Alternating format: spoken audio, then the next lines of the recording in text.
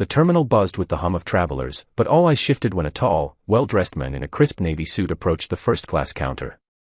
His name was David Carter, a calm and confident CEO of one of the fastest-growing tech companies in the country.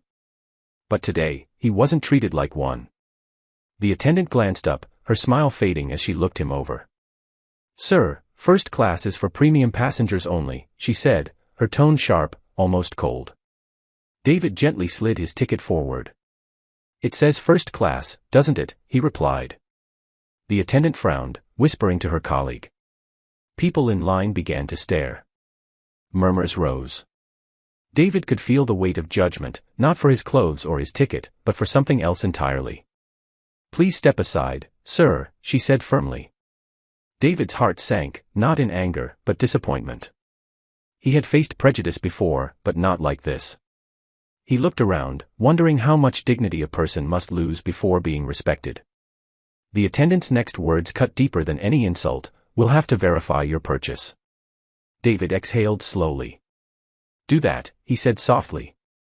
He turned away, but in that moment, a spark lit inside him. He wasn't going to let this go unnoticed. Minutes turned into 20. The line moved, and David still stood aside, humiliated. He could have argued. He could have raised his voice. But he didn't. Instead, he watched the same attendant welcome others, people with smiles, nods, and easy access to the very seat he had paid for. "Why is he still here?" one passenger whispered. "Maybe he can't afford it," another said. The words burned, but David kept his composure. Years of leadership had taught him one thing: power doesn't always speak loudly. A supervisor finally appeared, eyes scanning him like a problem to solve. "Sir, we've checked. There's no first-class booking under your name." David calmly unlocked his phone and showed the confirmation email. The supervisor blinked. "Oh, there must be a mistake," she stuttered. "Maybe it's our system." David smiled faintly. "Maybe," he said. But deep down, he knew it wasn't the system, it was the mindset. As he waited, an idea started forming, quiet, strategic, and far more powerful than anger. David finally boarded, but not without stares and whispers. The humiliation lingered, echoing in his mind as he sat down. The cabin smelled of luxury and comfort, yet none of it felt right. He stared out the window, thinking of how easily people judged others by surface appearances. The flight attendant approached with forced politeness. "Can I offer you something to drink?" she asked. David nodded, his voice calm. "Water, please." Her fake smile didn't fool him.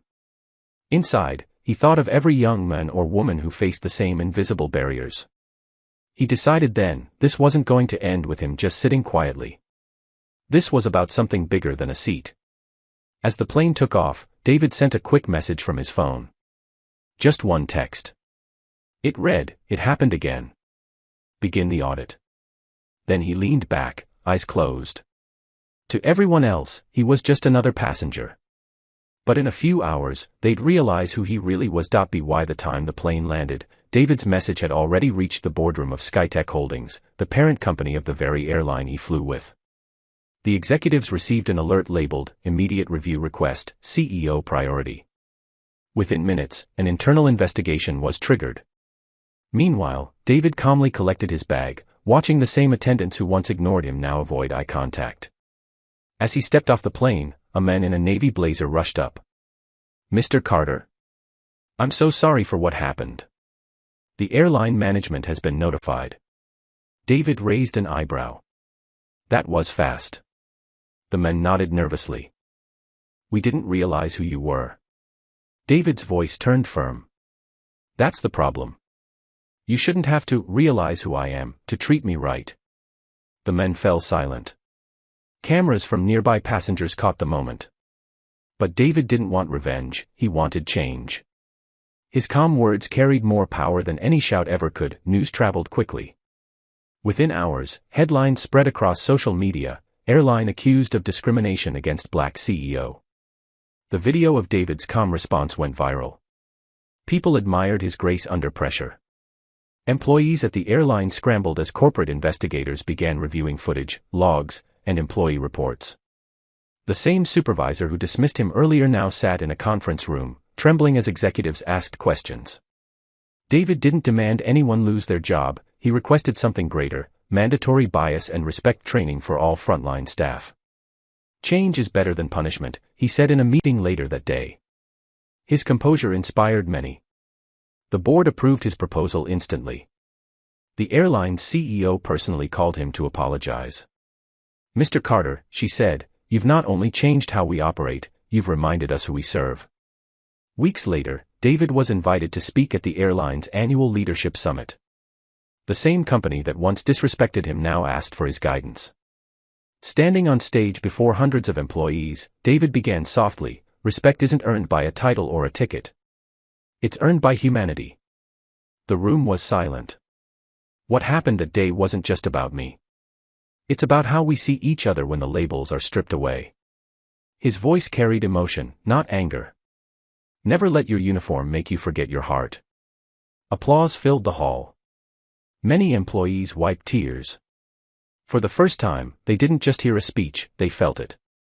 Months passed, and the airline's culture transformed.